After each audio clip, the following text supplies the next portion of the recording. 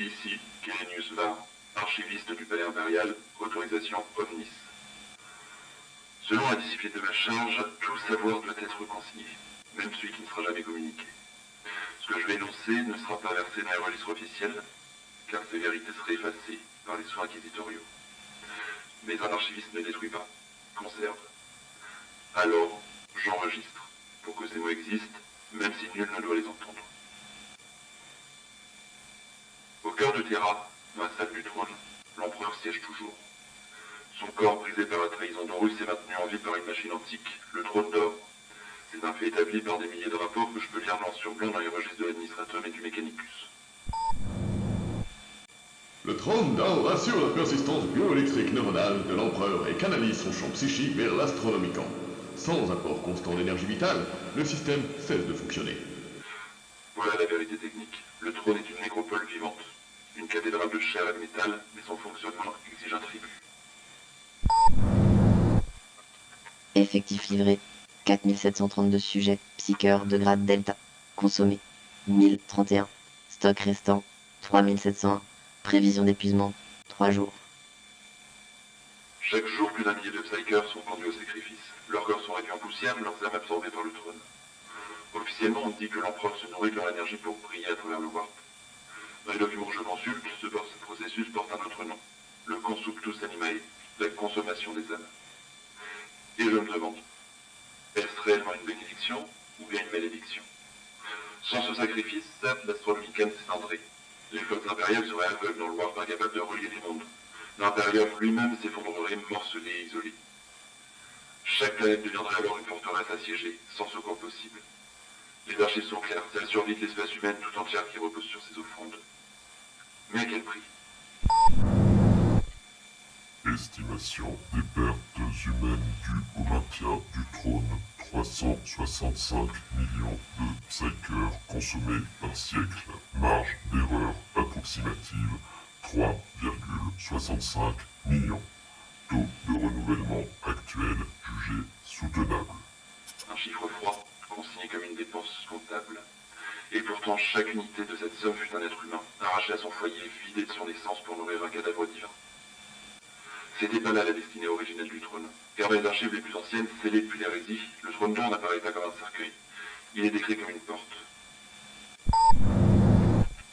Le dispositif de Terra servira de nexus à la grande œuvre.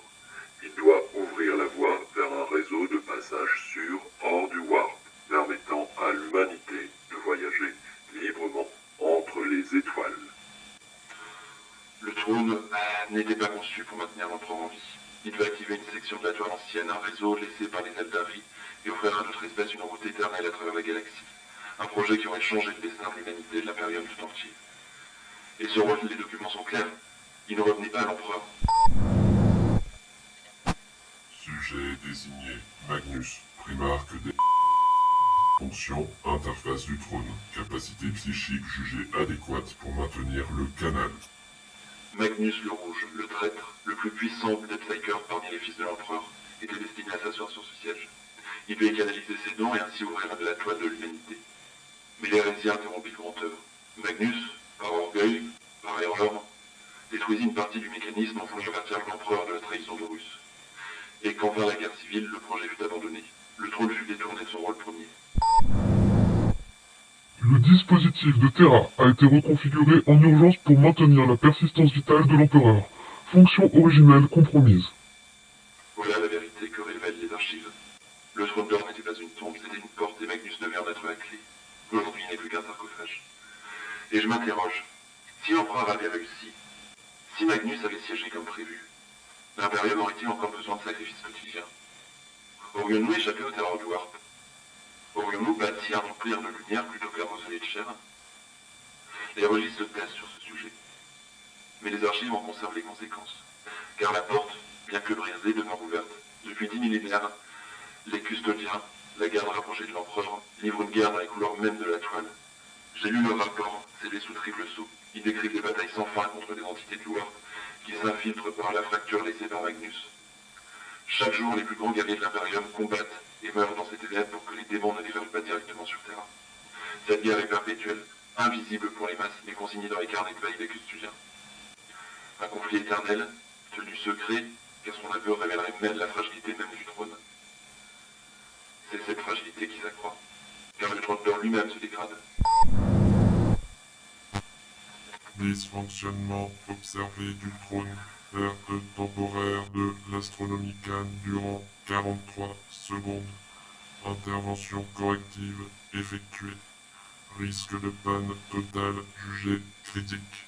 J'ai recensé des dizaines de ces alertes à travers les siècles.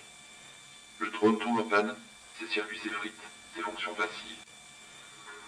Chaque fois, l'élite du Mécanicum intervient pour le réparer, mais les réparations sont partielles, précaires, faisant appel à des technologies oubliées. Il fut même consigné un temps, en l'an 121 du millénium 36, où l'Astronomicon s'éteignit durant plusieurs heures. L'Imperium faillit sombrer dans le chaos. Voilà ce que disent les archives. Le trône d'or exerce le cœur de l'Imperium, et aussi son gouffre, une machine qui dévore sans fin, et qui s'effrite sous nos yeux sans que nous ne puissions rien y faire. Les registres consignent les faits. Moi je ne fais que lire et transmettre. Je suis Kelenius Var, archiviste impérial, et parce que tout savoir doit être préservé, j'enregistre ce témoignage, même si personne ne doit l'écouter.